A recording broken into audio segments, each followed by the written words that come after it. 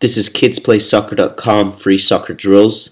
Today's drill is a shooting drill. We consider it a shooting drill because there is a shooting finish. However, it's a dynamic drill, and what I mean by dynamic is that it could include many different types of technical development activities, as well as strength training, as well as conditioning.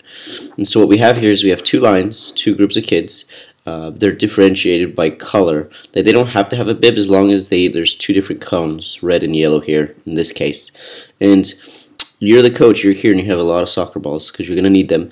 You have a goal and you have your goalie. So what this is at your whistle, in this command, they're just going to sprint. And so the winner of the sprint, so the fastest guy, whoever touches their cone first, the coach is going to say yellow. So if yellow gets the ball or touches the cone first, the coach is going to pass them a ball. At that point, then it's going to be a 1v1 situation, yellow against red, and they have to shoot on goal.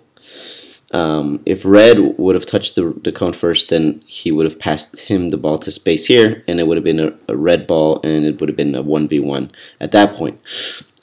Now, there's a couple of things that you want to consider when you do this is, of course, the lines, right? If you let them hang out, obviously they can be distracted, and depending on the age of your kid. So remember, manage the environments. Have the two waiting to come in do a command. That way they start getting winded. If they're tired, they're not going to be messing around.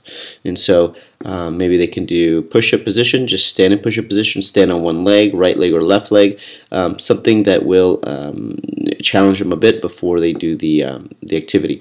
Now you could do something else as well. You could, instead of just a sprint, you change it up. You could put cones, and they could dribble the ball through the cones, zigzag, and then pass you the ball, and then whoever you think passed you the ball first gets the ball for the 1v1.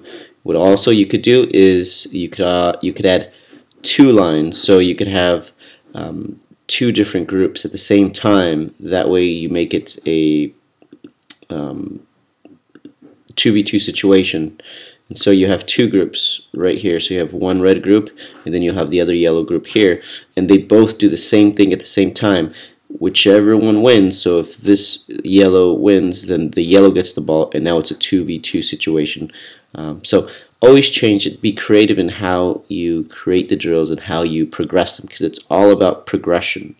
A lot of drills, they kind of have a start and stop, and they have a goal, but there's no progression.